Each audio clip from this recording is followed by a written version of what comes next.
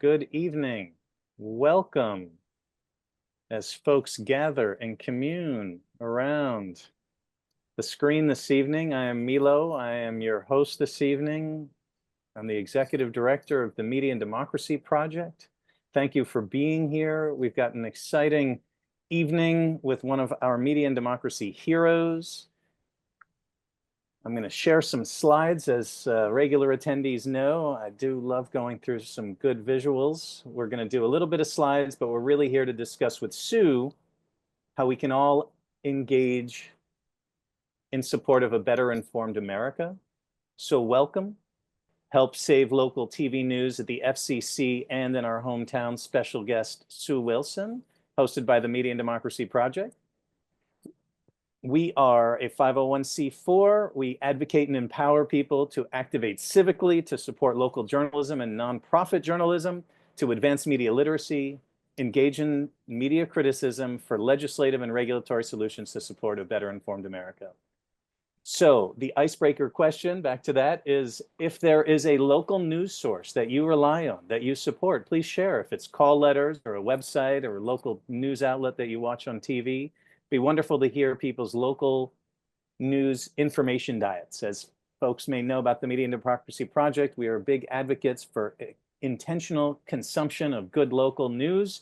So if you'd like to shout out local news in your neck of the woods, please do so. So the backstory to why we're here this evening actually goes back to a great Madison quote: "A popular government without popular information or means of acquiring it is but a prologue to a farce or a tragedy, or perhaps both." And here popular means common or shared sense of purpose. Right now, we're living through what we describe as an information war, and there are battles in terms of helping people better understand the world around us. There's a battle of right-wing disinformation and propaganda, and there are important, what we call reality-based news sources, good local journalism, good local sources of information for people. And we are specifically interested this evening in how do we advocate and support those reality-based local news outlets. One of the things we emphasize is much of what we see before us is not random. It is the consequence of policies and media structures that have specifically favored large corporations and consolidation of media ownership.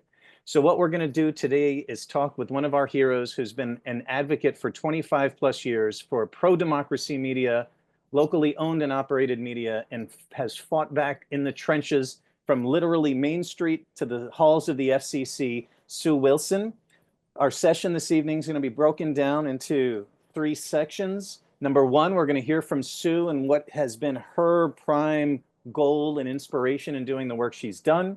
We're going to hear some of her success stories, which are really empowering. We'll also hear about a current project that Sue is working on, and the Media and Democracy Project is going to collaborate with her. And we would like everyone who's on the call to feel inspired from this first hour of our conversation with Sue to stick around for a 30-minute post-event session with Sue, where we're going to hear an ongoing project that we can all, everyone here on this call, can engage with to help us advocate across the country, to advocate for local control and local news.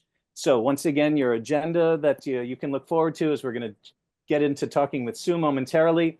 The call will finish at the top of the hour, but we're inviting everyone to stay for a planning session of how we engage in some of the work that Sue's been doing.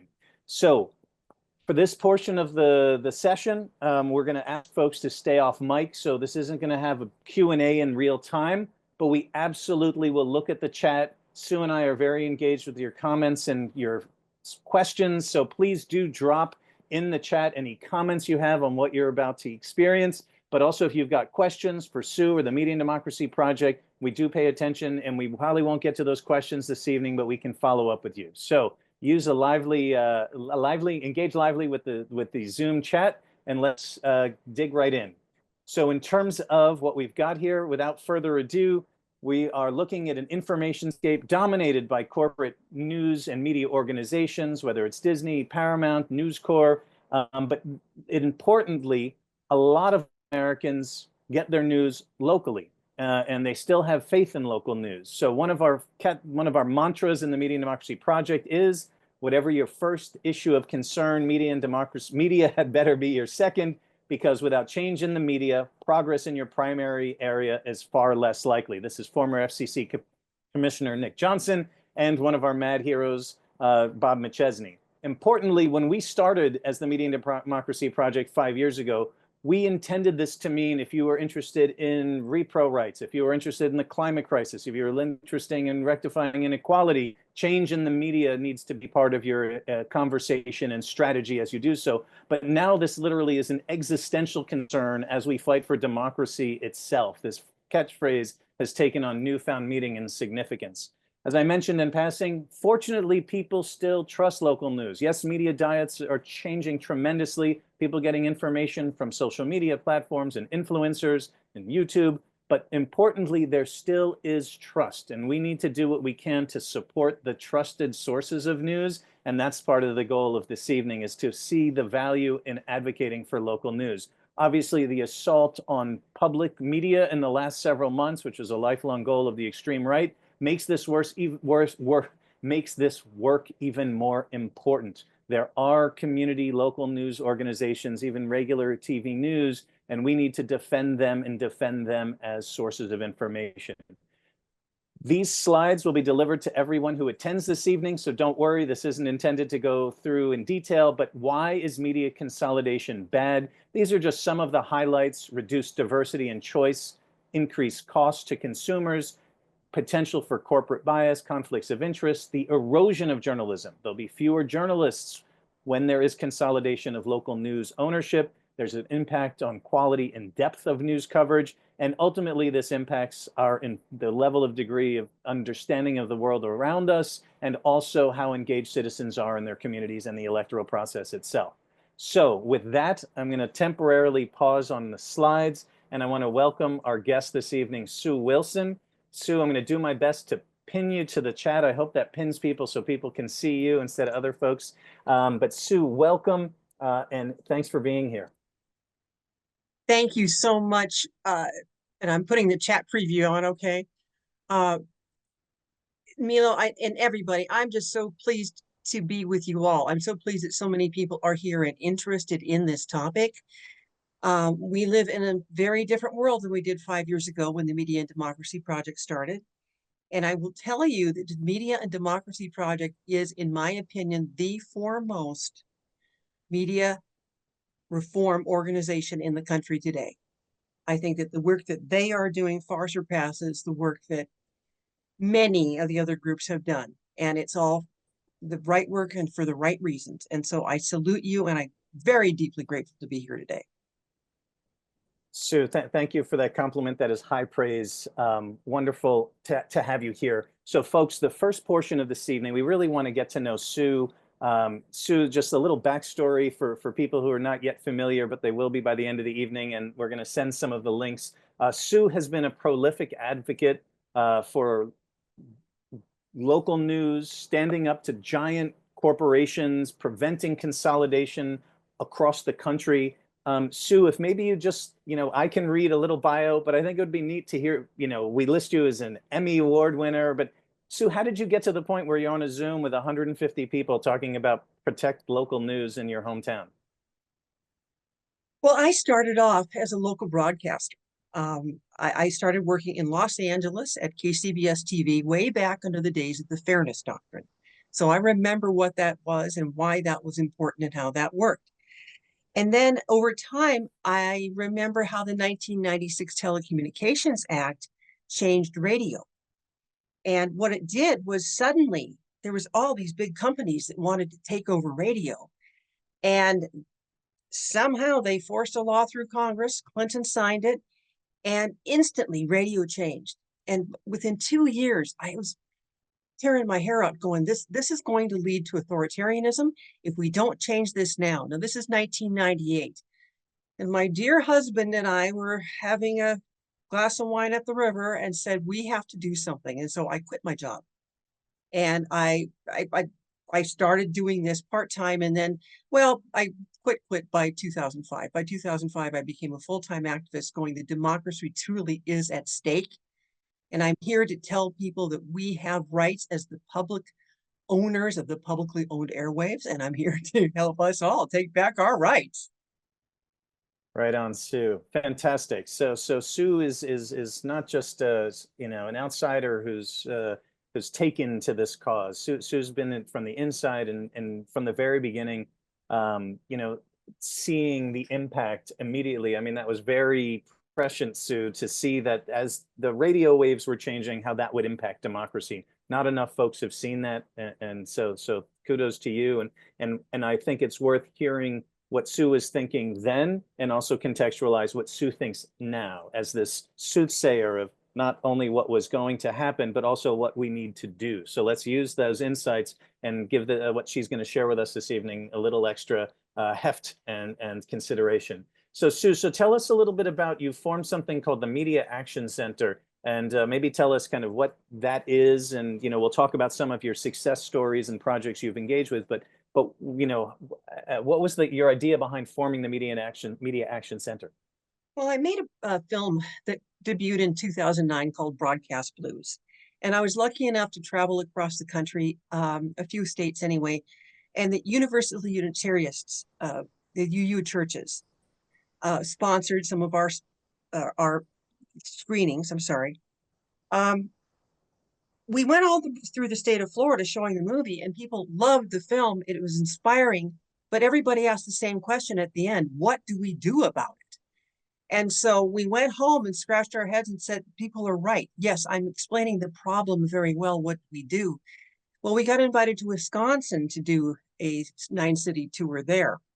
And by the time we hit Wisconsin, we had a plan. We started Media Action Center to support groups in order to support individuals as the publicly owned airwaves public owners. Okay, we really are the owners. So that's kind of the genesis of it. That goes way back to 2011. And we have worked, assiduously since then on many different projects. We've learned what really works well, and we've learned what really does not work well. And so I want to share some of those things with you tonight. Super. So, folks, the documentary and movie that Sue just mentioned, we're going to show some clips this evening that Sue selected for us. We're going to be dropping in the Zoom chat over the course of the evening. Sue is prolific. She writes about her activism, and she also writes about journalism on these two different platforms. So we're going to share those with you. And she's been generous enough to actually share her email for folks who are interested in collaborating and reaching out to her after the session this evening. So this is Broadcast Blues. So Sue, do you like to do a little intro to this? I know you just did, but is anything else you want to say before I show clip one? We're going to show you the genesis of broadcasting, and then we're going to talk a little bit after that, and then we'll show you what's happening today. I think that the clip will tell its own story. People don't think a lot about broadcasting today. I mean, I grew up with broadcasting, older people did. Today, younger people are growing up, with their phones and sources of information online. But broadcasting is unique in that we, the people, own the airwaves. It is literally air over which these signals travel. And because it is air, the FCC determined that it belongs to us, to we, the people. And we have special rights in broadcasting, in local TV and in local radio that we do not have in any other media. We don't have special rights with newspapers. We don't have special rights with cable TV. We don't have special rights with what we see online. We only own broadcasting. And because we own it, we need to take care of our own house. It's very, very important. Great. Thank you, Sue. I think I've got it queued up. And here nope, that's not the right one. And here we go. All right. I think that's the YouTube video. I'll just make it large enough. And radio brought entertainment and sports can y'all and hear news that? of the world right into our own homes. It wasn't just broadcasting. Retained our faith. It was hope. In that spirit, our government made policies to make sure the media protects the public. And since the airways are considered public property, The Federal Communications Commission is charged with the responsibility of protecting the people's interests. The FCC decided broadcasters needed to be licensed. The licenses were free of charge, but there was a catch. TV and radio owners had to serve the public. If they did not, people could challenge those licenses, and the FCC could take them away. And the FCC understood that radio and TV should be owned locally, so they passed strict rules limiting the number of stations any one person could own. Independent community stations, of which only 6 are owned and operated by NBC. Then came war.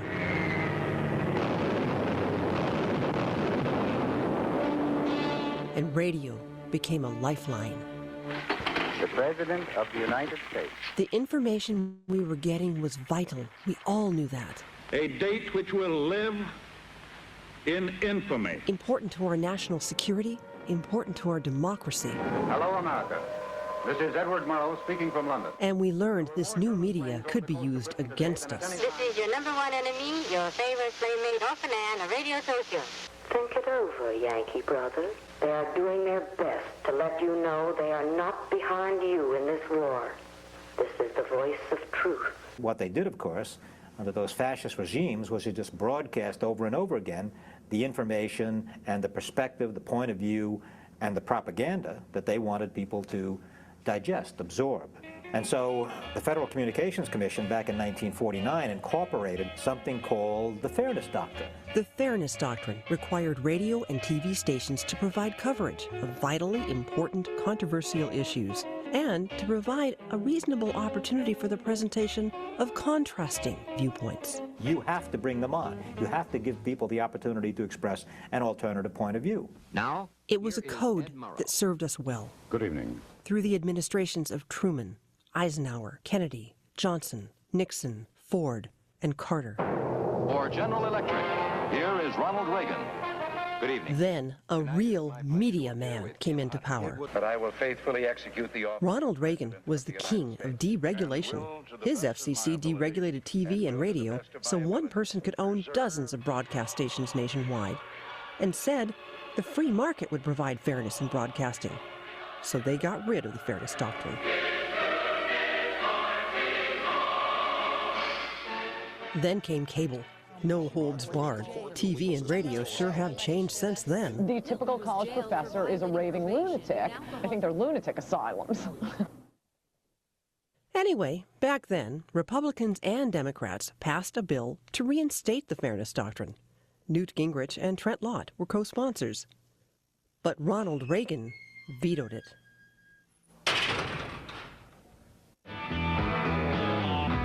The rules had changed. And within months, Rush Limbaugh would teach us all how to play the new game. Bash the Democrats. Barack, the magic Negro. Do, do, do, do. This is about chaos. This is why it's called Operation Chaos. Even inciting riots at the Democratic convention. And we have a replay of Chicago 1968 with burning cars, protests, fires, literal riots, and all of that. That's the objective here. All right. So that was the first clip, Sue. Yeah, and how it did change. And all of us, many of us remember Rush Limbaugh. He really did change the rules. I remember moving to Sacramento where he got his big start and driving down the road one day. Oh, let me listen to this guy and see what he's all about. And oh, he's kind of fun. He's kind of fresh. I think I like him. Until one day he started talking about, and in Time magazine last night I read, and he talked about the story he read. I had just read the same story and I knew he was lying through his teeth. And I went, oh, we're in trouble. We're in really big trouble. And we haven't gotten out of that radio trouble. And maybe we can show the next clip to show what happened next in terms of how they took over radio. It used to be, again, you could only have just a few stations owned by one owner. That all changed. And I think we can take a look at the next clip to see that. It took an act of Congress to put Rush Limbaugh on all over the country, but the Republican-led 104th Congress did it. It completely changed media ownership rules, and Bill Clinton signed it into law. The 1996 Telecommunications Act suddenly allowed big companies like Clear Channel to own 1,200 stations nationwide and program them with conservative talk radio. That's why so many voters set the bar so low. And looking at the 5 largest operators, what we found was a 9-to-1 or 10-to-1 advantage of conservative talk show hosts, self-declared conservative hosts, versus folks who declare themselves liberal or progressive. An advantage of roughly 2,500 hours of conservative talk as opposed to 250 hours of liberal or progressive talk. This is an extraordinary imbalance. But in places like Houston, Texas, for example, we found, looking at Monday through Friday commercial radio stations, 100% conservative talk. No progressives, no liberals represented. The 2007 study by Free Press and the Center for American Progress shows 92% of conservative stations don't air even a single minute of the other side. Is it any coincidence? 92% of radio stations are owned by white men. Less than 8% are owned by women and minorities. Small wonder that the nation's midsection went from blue to red.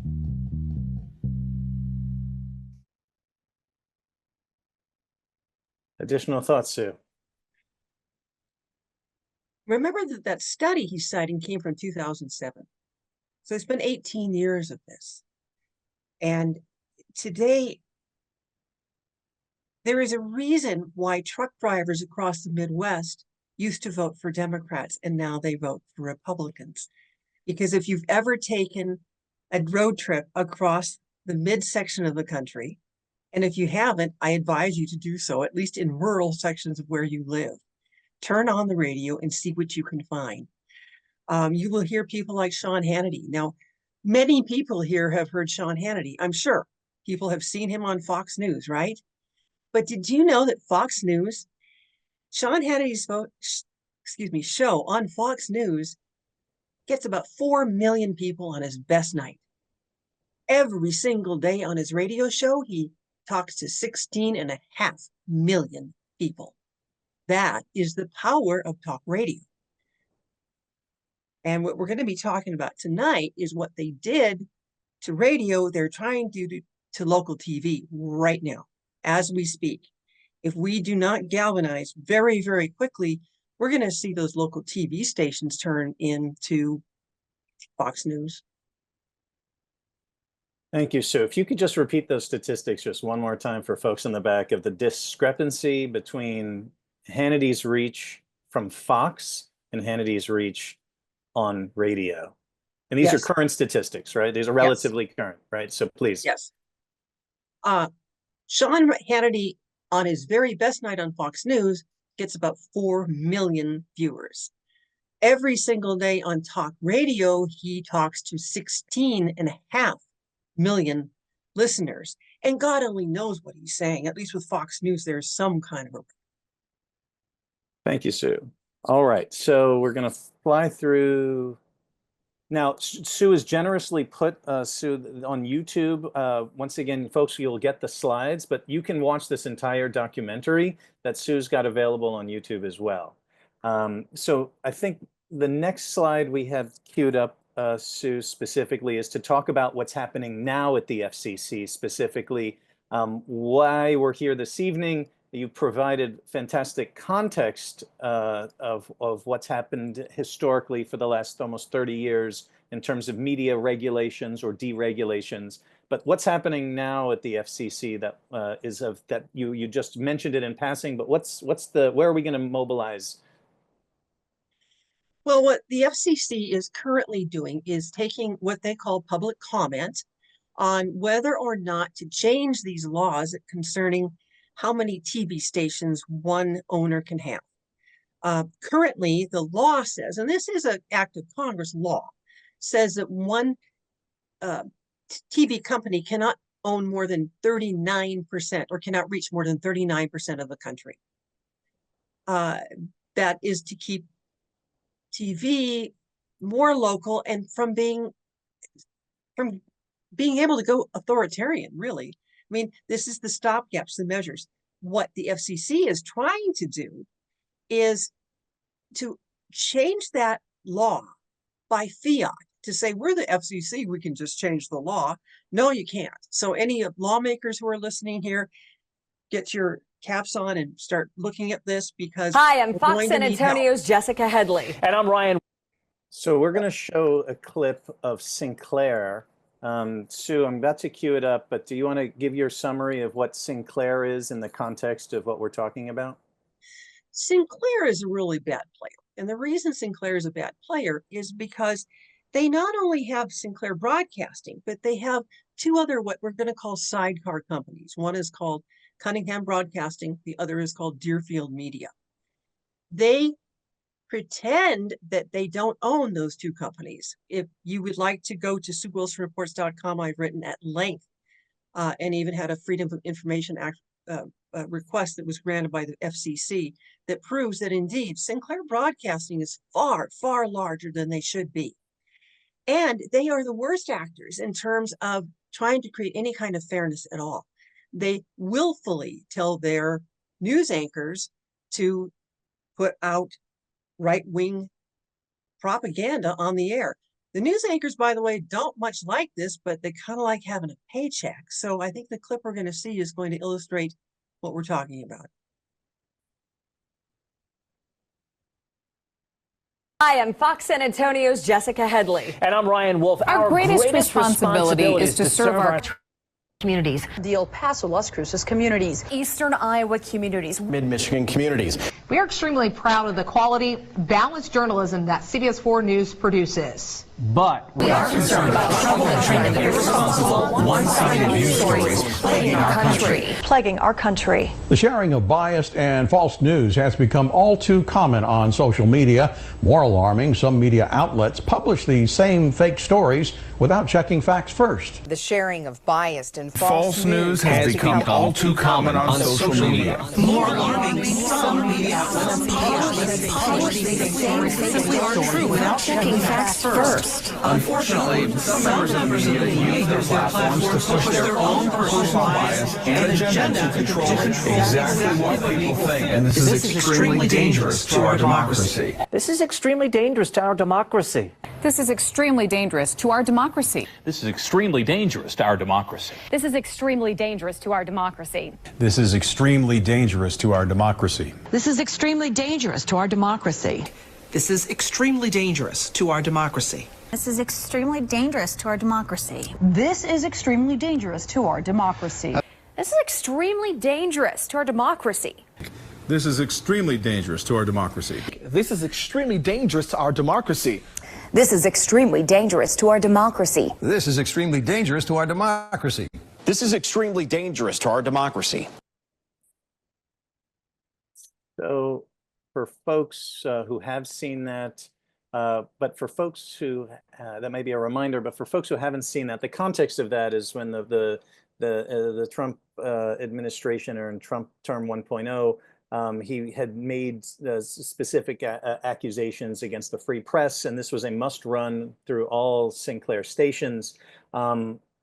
There were even more examples of how the agenda of the ownership of Sinclair is right wing, is that they would run editorial content and must runs of, in carrying, for example, they ran several what could basically be described as promotional infomercials for Donald Trump as candidate. And these were things that would not be done on in a neutral fashion. So I don't know, Sue, if you want to speak to that, but I think it's worth saying that this isn't just some clip of people reading the same script, which is disturbing, but the context of this was in the presence, in the context of the President of the United States complaining about fake news, and this is now an entire local news appearing, respected journalists across the country propagandizing in unison at the behest of ownership and in support of what the time was the President of the United States was saying. I would say that Sinclair Broadcasting is extremely dangerous to our democracy. And with what the Trump FCC is currently trying to do, and what the Republican Congress is very likely to do would let our local TV run amok. And if we give that away, and remember I told you earlier, this belongs to us, this is our house. We can't give our house away. So we have a very limited window right now in which we have to fight to preserve what's ours. If we give this away across the country, especially in smaller areas, and as I saw people signing in, a lot of you are from smaller areas. You know what this means. It's really easy to get national news anywhere you live. You can get on your phone and you can pick up national news. And in bigger cities, those newspapers, they're pretty safe. But many of you probably have lost your local newspapers. You don't have a good source of news. The best source of local news you probably have is your local TV news. Now here in Sacramento, we're really fortunate. We have fabulous local news with KCRA TV. Many of you don't.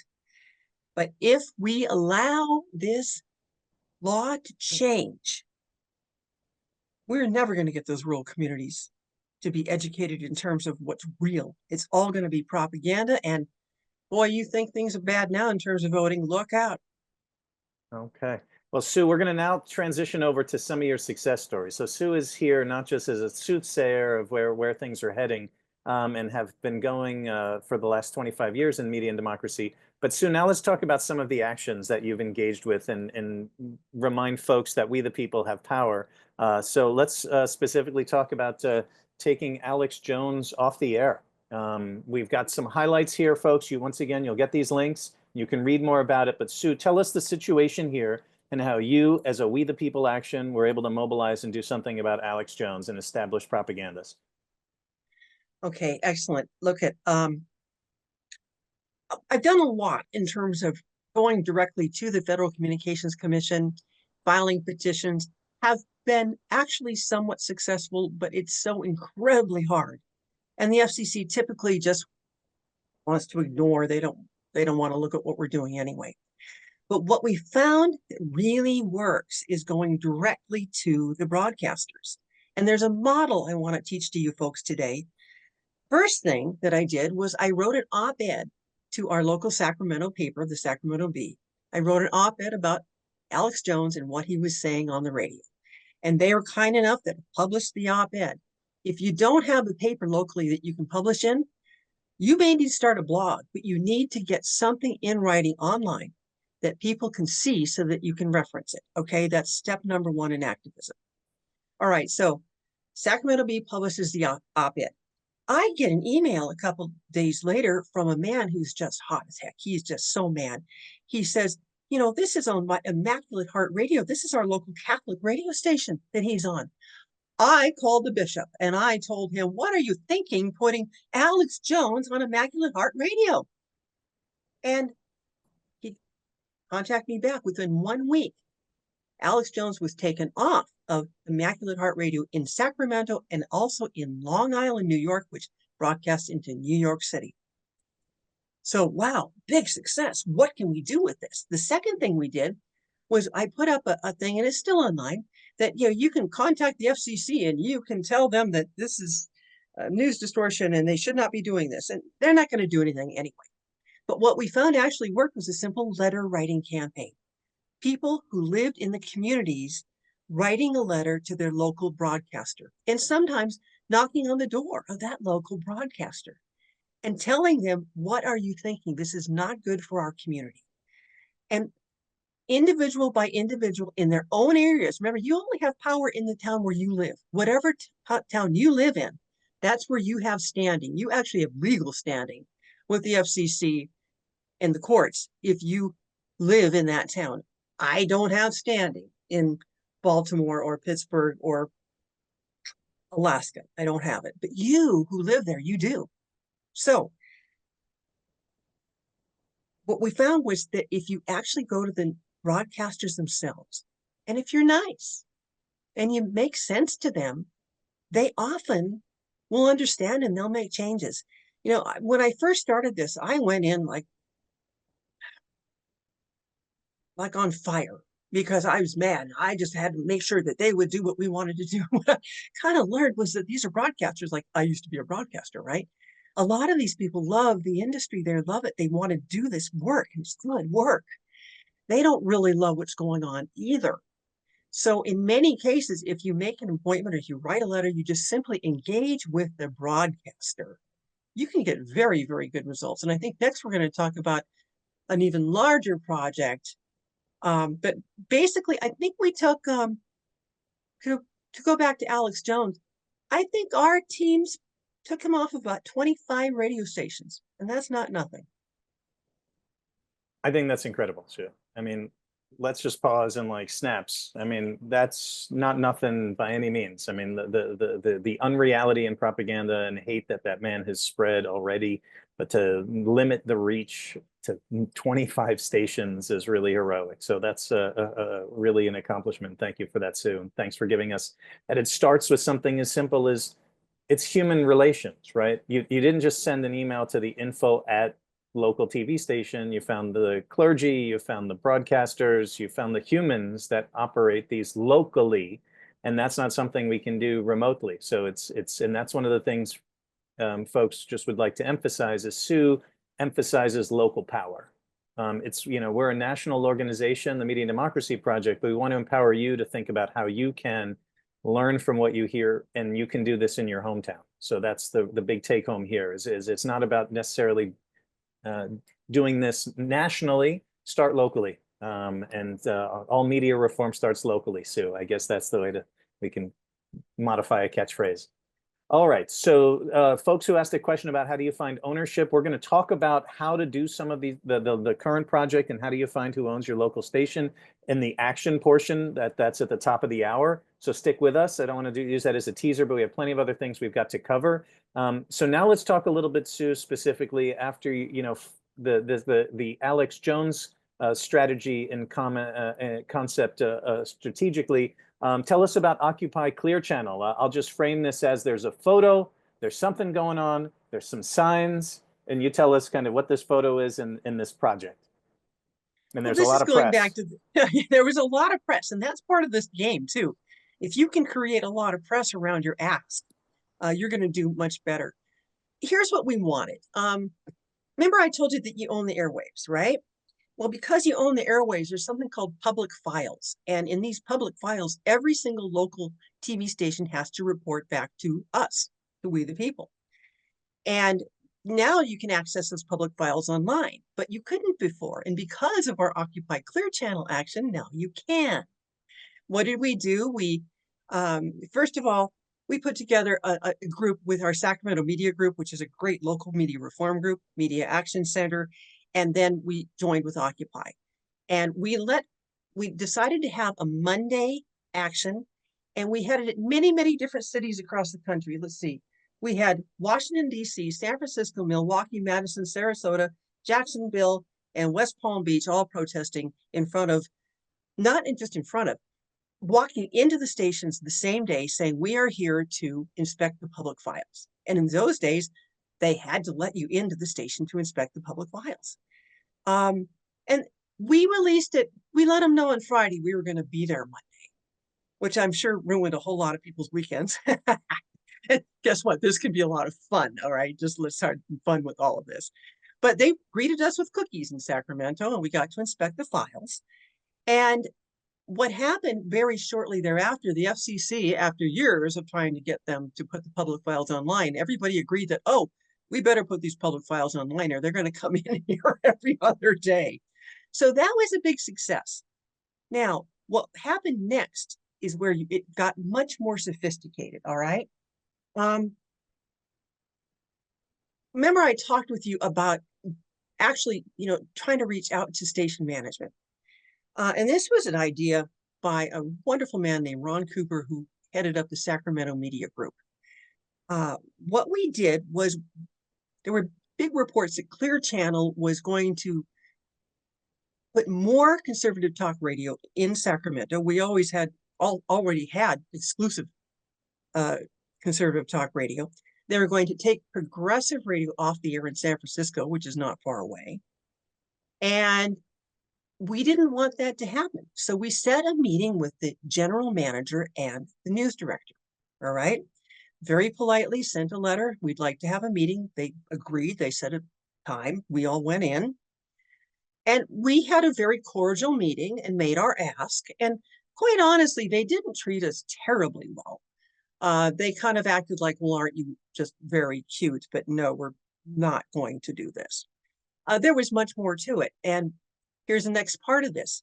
Take copious notes of what happens in that meeting, and then write up a detailed report of what was covered and said in that meeting.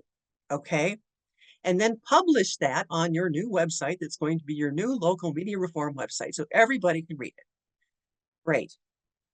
We did that. 4 days later, Clear Channel fired that general manager. 4 days later, they said, yes, you can have the progressive radio you asked for. One meeting, a little bit of publicity, no protest, but they acquiesced because we asked and because we kind of made them look stupid. Sorry, but we just said the truth. Here's what happened. And think about it, that there was change made all throughout the country. But the big change that was made was right here in our own local area, saying we want more progressive radio.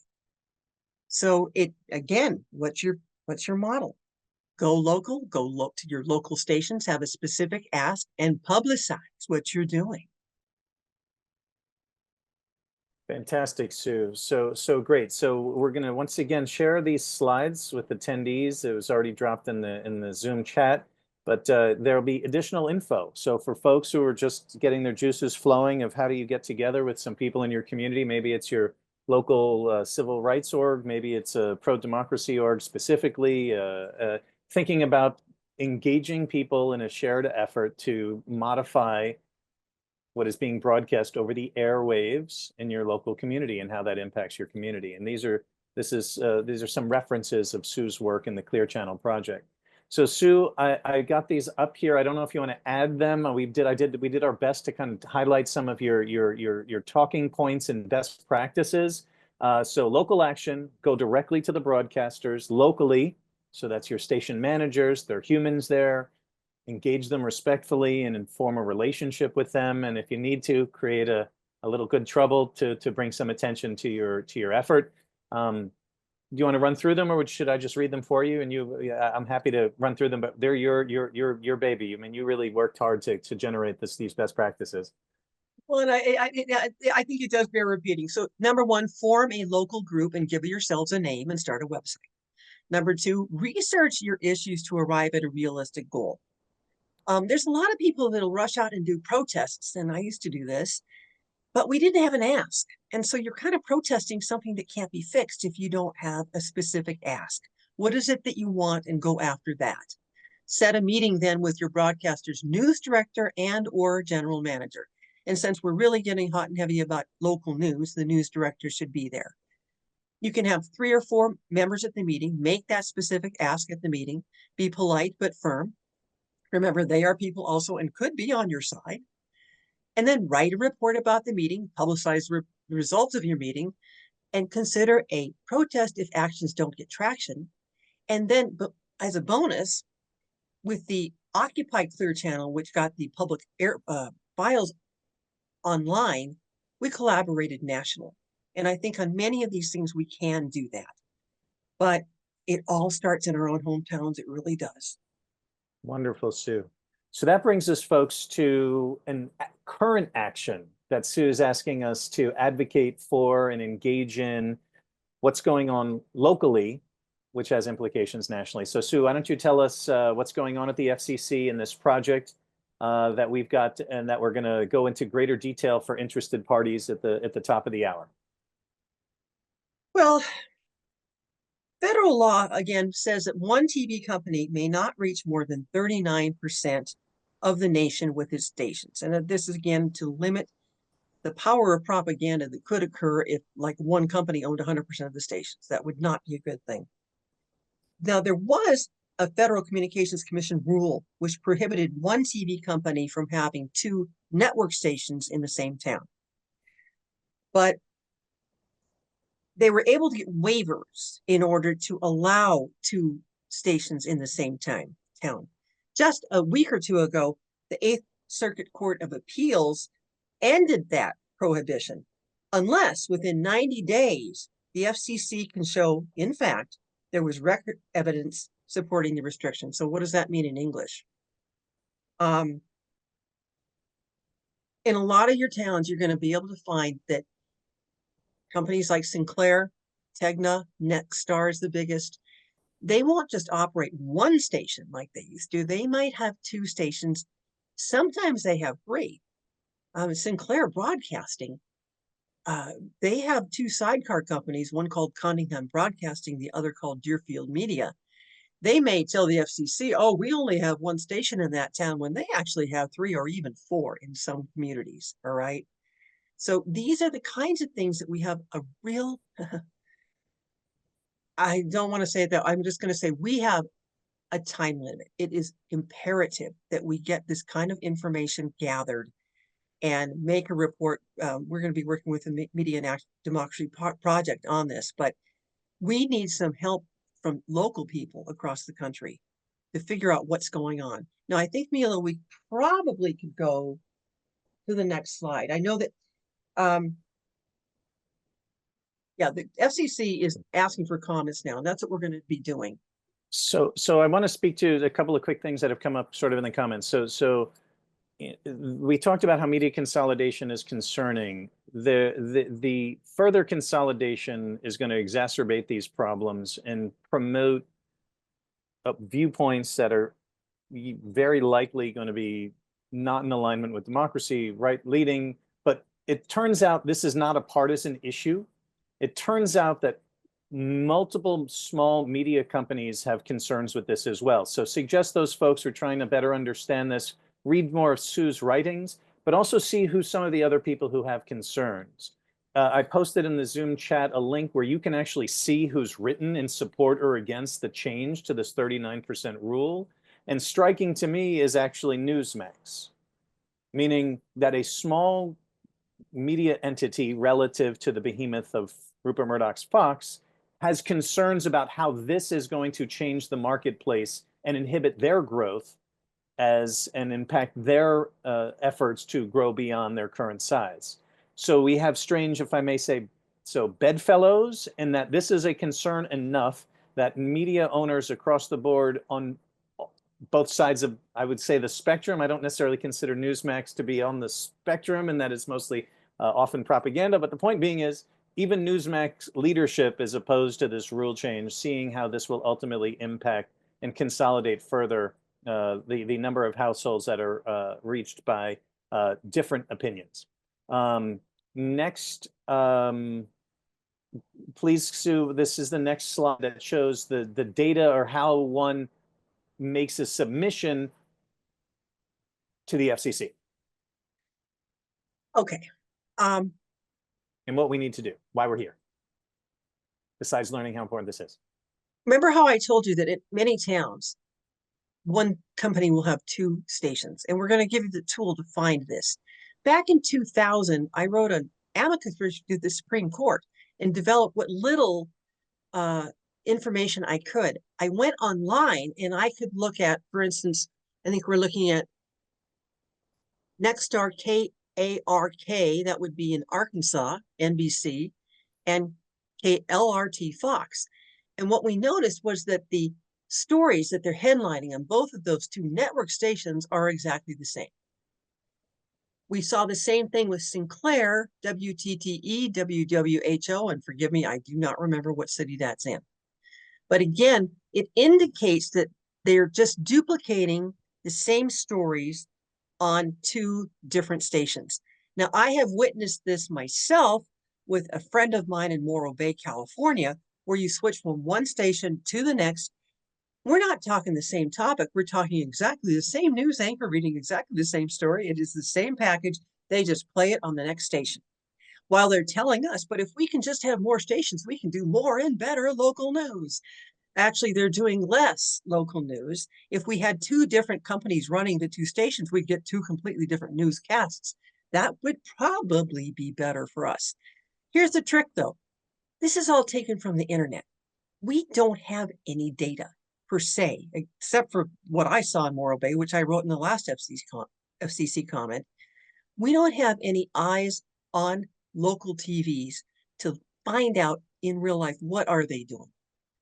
Is what we're seeing online different than what they're doing on the air? I've talked with a lot of universities about doing this kind of research, and they all thought, oh, we can just do that research online. And I don't think we can. I think we need actual real people who can put their eyes on this and just find out, watch a news show, watch another news show, and go, am I seeing exactly the same news across these two different stations, two different channels? If that's the case, we need to develop that stat, and we need to be able to get this out within the next, well, our deadline is the 22nd. So we're going to ask people to help us. I think we wanted to try to get information out into us by the 14th so we can compile it. Great.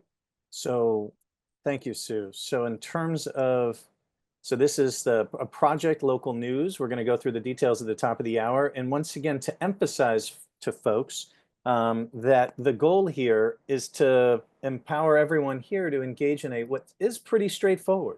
You can be a sentinel and look at your own local news and see if there are already violations of FCC standards, if they are not abiding by that they're in terms of the content they're broadcasting. And this will help Sue, and we'll be submitting that as Media Democracy Project, a comment to the FCC and make public, and also share this information beyond. Not enough folks, as Sue was talking about 25 years ago with the broadcast radio changes impacting American minds and American democracy. This potential opening up of media ownership to allow further consolidation. There are no good outcomes for local news, local journalism, and the communities they serve from this change. So we'd ask you to think about, it's a pretty straightforward ask. It's, can you watch, whether you usually watch TV news or not, this is not that. And we'll go through some of the details, but this is the project that we'd like to engage you with. So we're going to wind up the regularly scheduled programming. Sue, as promised, we want to be respectful of people's time, but we would like everyone to stay at the top of the hour and invite them to stay and talk to you and hear more of the details where you outline how do you find out who owns your local station and how we're going to collect some of the information and help support a submission to the FCC about a change to this ownership rule that is longstanding and very important to hold the line on. So I'm going to have some final words and then turn it over to you, Sue. Some final words from us in the Media and Democracy Project before we have our special session where we talk about the project itself. But once again, we remind you and thank you for being here. Feed yourself and those around you a more informative and pro-democracy media diet. Share good information and good news sources. Demand and advocate that news orgs make reality and democracy a priority. I'll answer one question that came through the chat that I did see in passing. Number one, this is not a partisan issue. This is about supporting local news. This is not a left, right, or Republican. We're not advocating for Democratic news, liberal news, progressive news. We need people to understand reality. We need to understand, they need to understand what's happening to the world around them. So this is nonpartisan local news is what we're advocating for. We're not, unfortunately, in this environment, a bringing back of the fairness doctrine is all but impossible, nor would it be appropriate. So unfortunately, that time has passed. I don't know, Sue, if you want to speak to the fairness doctrine question before we close, but that might be a common question that comes up. Do you want to speak to fairness doctrine? Sure. I think, can you hear me? Yes. Okay, good. We need to change the language on this. The fairness doctrine honestly did have its problems, all right? But what we're really asking for now is a simple right to respond. And I'm going to go back to the Sandy Hook school shooting and how Alex Jones went on the air and lied about the parents of these Sandy Hook kids. I mean, these parents are devastated by what happened. And now you got this idiot who's out there saying, they're not even parents, they're paid actors. And as a result of that, real idiots out there listening to Jones started attacking these parents. These are grieving parents who had to move many, many times from house to house to escape violence. It was just awful. Okay. So if we look at that,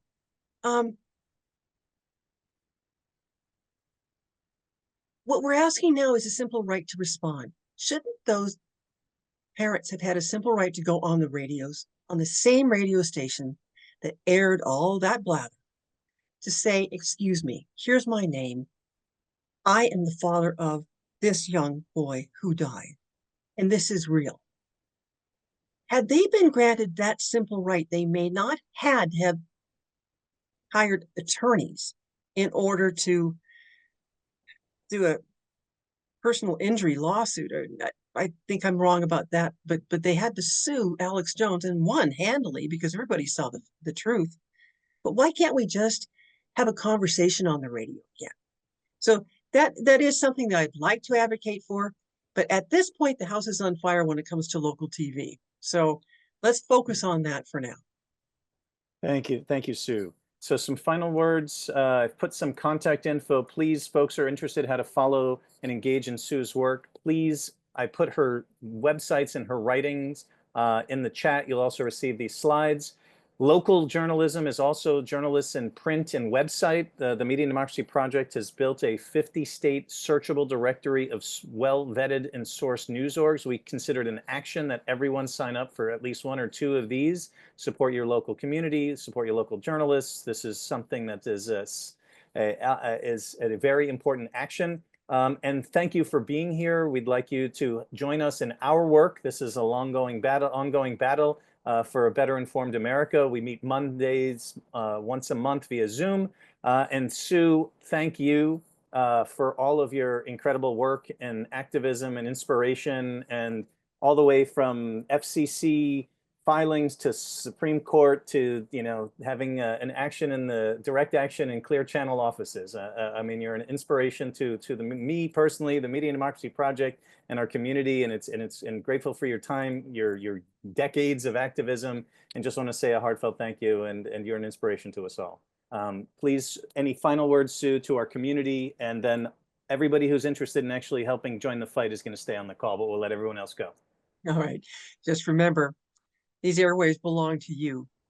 If somebody was going to think of it this way, if there was a company in your town that was licensed to provide air to your town, and they decided to poison your air, what would you do? You'd fight for your air, wouldn't you? Guess what? They are poisoning our air. And it's time for us to fight for our air. Let's fight for our air. Wonderful. Thank you so much, Sue. Audience attendees, thank you. We hope folks will stay on the call and hear about this action project that you can do from the comfort of your own home. Tell us what's going on your local TV stations. But for those who do need to jump, thank you for being here and caring about these issues of media and our democracy. And we hope you continue to advocate for a pro-democracy media. Thank you.